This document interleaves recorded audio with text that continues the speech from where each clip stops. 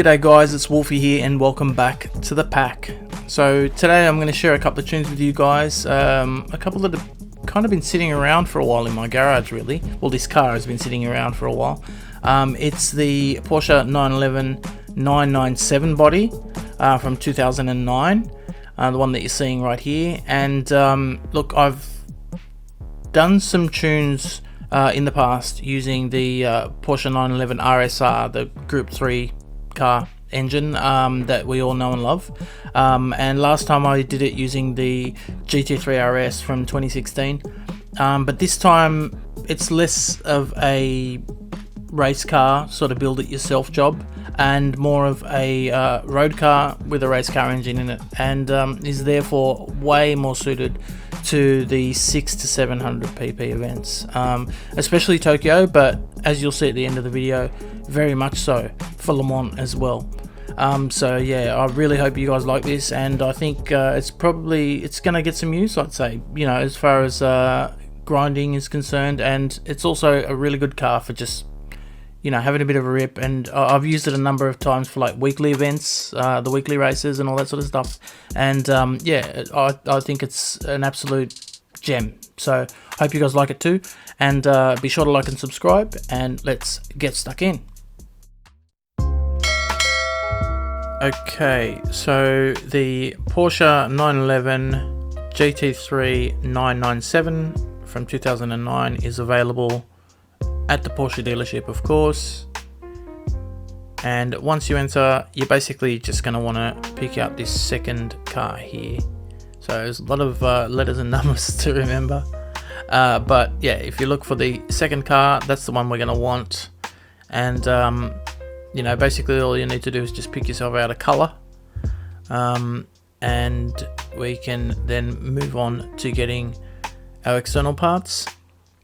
It's a good looking car, I've got to say, and as I understand it, a pretty special car as well. There weren't a whole bunch of them made due to sort of external reasons. So first thing we're going to do is go over to GT Auto, of course, and we're going to do the wide body and engine swap conversions. As you can see here, the wide body is only going to set us back 50,000 credits, and is actually going to drop our performance points ever so slightly.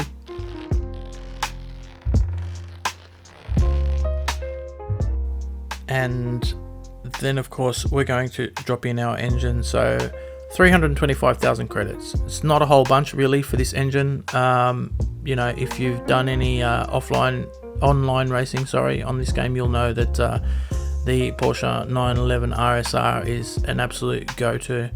So displacement is going up just slightly to 4 liters. It's a little bit heavier. Brake horsepower is increased, torque is increased, and our power to weight ratio is slightly better. But one of the main wins is going to be our fuel consumption. So we're going to drop that in. You know, I got this engine myself out of a 6-star ticket, so I don't actually need to buy it. But yeah, at 325,000 credits, it's really not that much for this build. Next up, we're going to chuck on some wheels. So just pick out some wheels that you like. Pick out something that goes with the livery or whatever. And basically, I'm just using the smallest rim diameter and widening the offset. And next up, we're going to put on the Type A front, the Type A side, and for our wing, we're going to go for Type B. So as long as you can just line up all of those, you're going to have the car pretty much set up and ready to go. And other than that, there's not really anything else to grab unless you want to like change the front grille on the car or anything like that. So yeah, just stick yourself on livery and you're pretty much good to go. And anything additional that you'll need will be shown on this tuning sheet. So as you can see here, we're under 600 performance points. The max power is at 614 brake horse, and look, the stats aren't sort of the most important thing with this car. It is only just under 1.5 tons. The weight balance between the front and rear is really, it's awesome actually. It's a lot of it's towards the back, and I've increased that even a little bit. It just controls really well, this thing. So you know, I don't think really sort of takeoff stats and all that sort of stuff is important. What's more important for me is the stability and the rotational G's. Okay, so tyres. Once again, we are using a stickier tyre at the rear and the hards at the front. So mediums at the rear, hards at the front.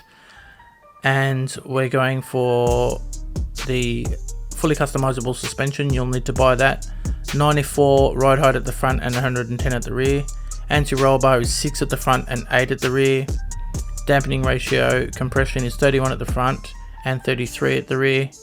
Expansion 41 at the front and 43 at the rear. Natural frequency is 2.30 at the front, 2.55 at the rear. Negative camber angle is 3.0 at the front, 2.2 at the rear.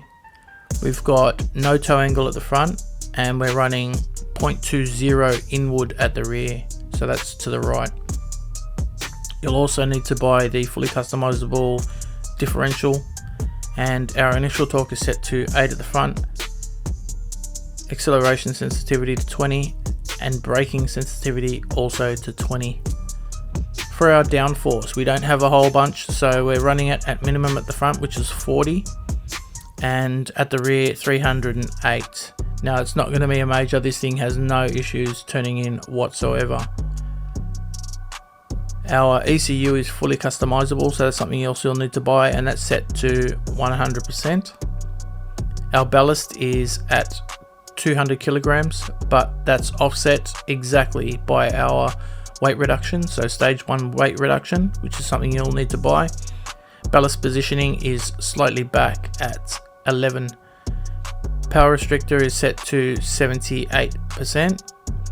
We're using the fully customizable manual transmission, so make sure you're using that, not the normal or the racing.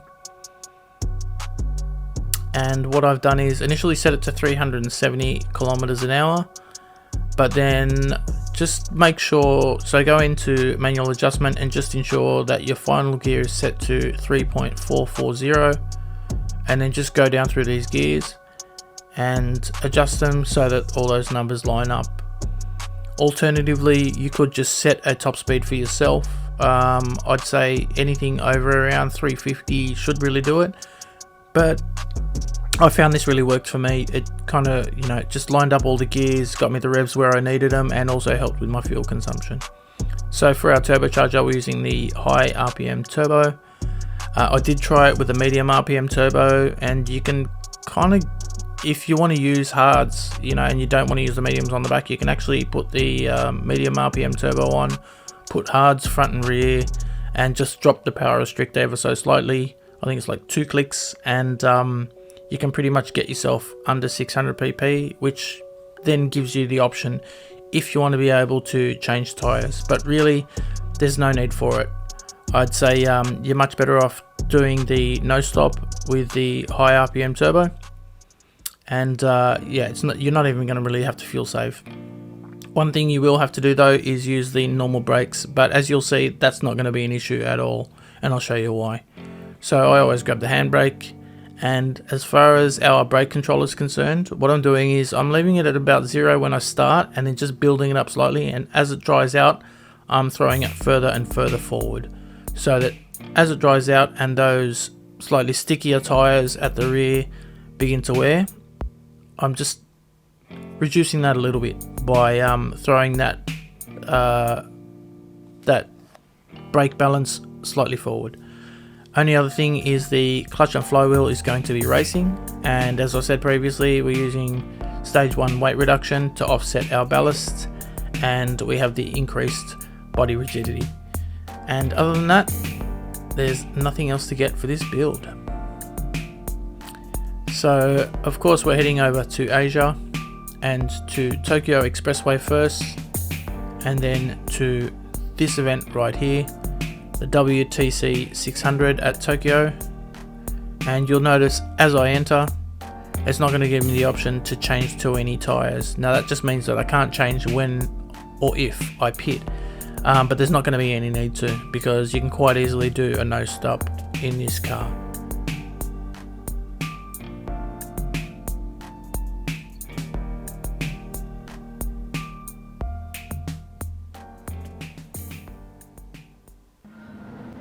And so as we get going, you'll see pretty quickly that once you sort of get into second gear or third gear, get a bit of a roll on, and get a bit of a momentum up, you can really take off in this car. Anyone that's driven the RSR in Group 3 will know how well this engine performs, and it's, you know, it's slightly heavier than the RSR itself is, but this thing, it actually controls really, really well. It's very, very stable considering it's effectively a road car.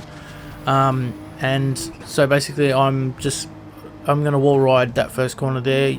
There's obviously no need to do that, but for the circumstances, I'm just trying to get as quick a lap as I can and knock over this race as quick as possible, because, you know, look, this has always been a grinding race for me, and sometimes if I find a car I like, you know, I'll just enjoy the race itself, but for the purposes of this video, we're going to just try and get it done as quick as possible.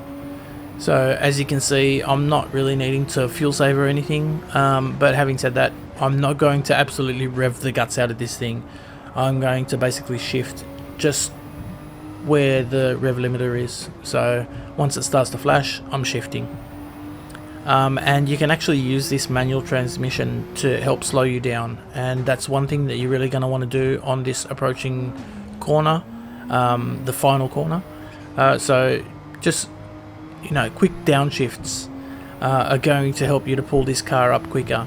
If you are using manual, if you are using auto, sorry, then you might need to just brake a little bit earlier, but I can brake at basically the 200 there, and as long as I downshift reasonably quickly, this thing is going to pull up. Now I'm only using first gear for rotation and then taking off in second, and basically, you know, I don't even really need to short shift. I'm kind of stretching this thing out until it's almost flashing and then shifting into the next gear. And as you can see here, we're under 2 minutes 20 for our opening lap, which is reasonable. But where this thing's really going to start to shine is when it dries out, and that's when you're going to be able to get a lot more control, and it's going to get a lot more sticky, and you can really start to power in and out of these corners. So as you can see here, second lap, I made a bit of a mistake, just trying to brake a little bit too late. One thing I would advise is slower entry into the corners and faster exit is really going to help with this car, especially when you're learning it. It had been a while since I'd driven it, so I learnt slightly the next lap, but yeah, I needed to perfect that over the course of the race. But pretty soon we'd be into, you know, under 2 minutes and 5 per lap, and then down to 2 minutes and 3, and getting pretty close to the 2 minutes and 2s. And then they were basically consistently 2 minutes and 3, 2 minutes and 2, 2 minutes and 4, unless I made a mistake, you know. So yeah, I made a couple of mistakes here and there and got slowed down by back markers, as you can see here, around lap 7, lap 8. So we're starting to lap people already.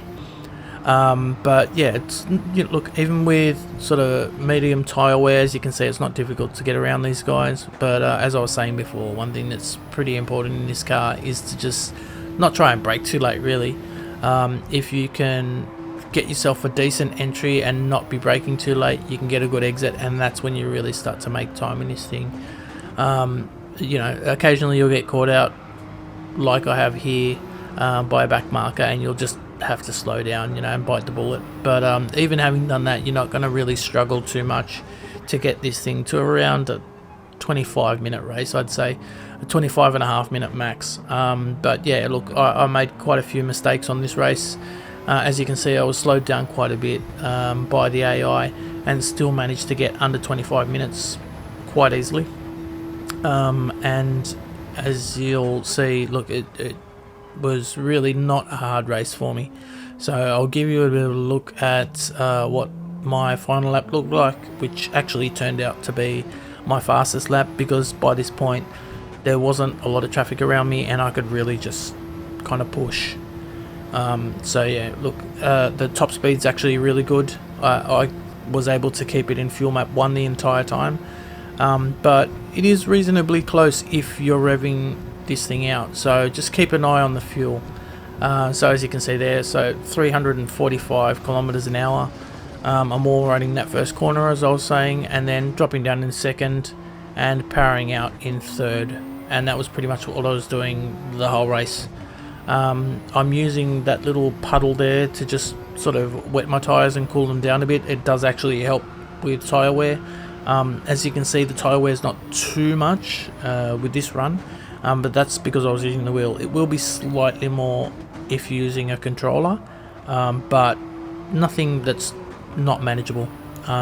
So yeah, just be aware that there will be slightly more, but I was pushing this thing pretty hard. So you know, if you're not pushing it way too hard, you're not going to suffer too much with tyre wear. And as I've always said, you're better off having worn mediums on the back than slightly worn hards on the back. It's, you know, they're still stickier and they're still faster in a straight line. So as you can see here, I'm using that those downshifts to help me to rotate the car, and then also to pull the car up on this final corner. So just quick downshifts, fourth, third, second, first, and that's going to help to pull the car up and get me around this corner. And then I use first to rotate into second, and I power out. It's dried up a bit by this stage, so I can change my angle and get a really good straight line into the home straight. And yeah, managed to get myself down into the 2-minute ones finally, which would also mean that I'd be well and truly under 25 minutes. And look, it could have been a lot quicker. I think I could have sort of, you know, I could have got around 24 minutes and 40 seconds, I'd say, had I not made a couple of mistakes. And I'm sure some of you really fast guys out there can probably get close to 24.5 minutes, I dare say. So yeah, we'd managed to get our clean race bonus, despite having a couple of little bumps with the AI. But as I've said before, basic rule of thumb at the moment appears to be just try not to hit the AI too hard, and try not to cross the white line at the end of the final corner, and you should be alright to get your clean race bonus. But yeah, if anyone notices anything different or notices anything else that affects their clean race bonus, please let us all know so that we can share it amongst the community. And so I will quickly now show you my Le Mans tune. Yeah, you might just want to pause to take down some of these details. Video's been already dragging on for a while, so I'm not going to really go into it. I'll just give you a little bit of a look at it. So you've got the option once again to use the mediums on the back, this time racing tyres of course, or use the hards. I chose to use the mediums in my race, but yeah. So I think you'll find that this tune actually is just as good, if not better, than the Tokyo tune. So it's actually really, really rapid. But yeah, look, I'm not going to go into it now. Take it down, give it a go, see what you guys reckon. I think you'll find that it's pretty rapido. So yeah, I managed to get some pretty good lap times and had a really, really enjoyable race. Only other thing I was going to do was just change my brake controller down to 0, and other than that it was ready to go. So yeah, here's a little look at just sort of my opening minute of racing. This thing takes off super quick. You know, it's now at full power, and I've got all the sort of go fast bits happening, and yeah, it just controls really, really well. You know, you wouldn't know it considering I'm bouncing off AI there, but as you'll see, yeah, it controls really well around corners, and it takes off super quick. So you can get up to that top speed super fast, and you'll be sort of knocking over about 340 kilometers an hour, I believe, by the time you reach the end of the straight. So yeah, that's I think this is probably just as good a tune as the Tokyo tune. So I give this one a go, and yeah, see what you guys reckon. It's not a timed, it's not a you know, it's a timed event, so it doesn't really matter how fast you go. This one I think is more for the enjoyment really, and it's also a very good money maker. So yeah, I hope you guys like that one. But anyway, yeah, go out and make a mint, guys. Have some fun with it, and you know, be sure to like and subscribe, and let me know if you have any luck with it. If you think there's anything that I could improve, or if you're making improvements yourself. It's always good stuff to share with the community, and yeah, hopefully you guys enjoy that, and I'll have another video out for you guys soon. So until next time, guys, take care. Bye.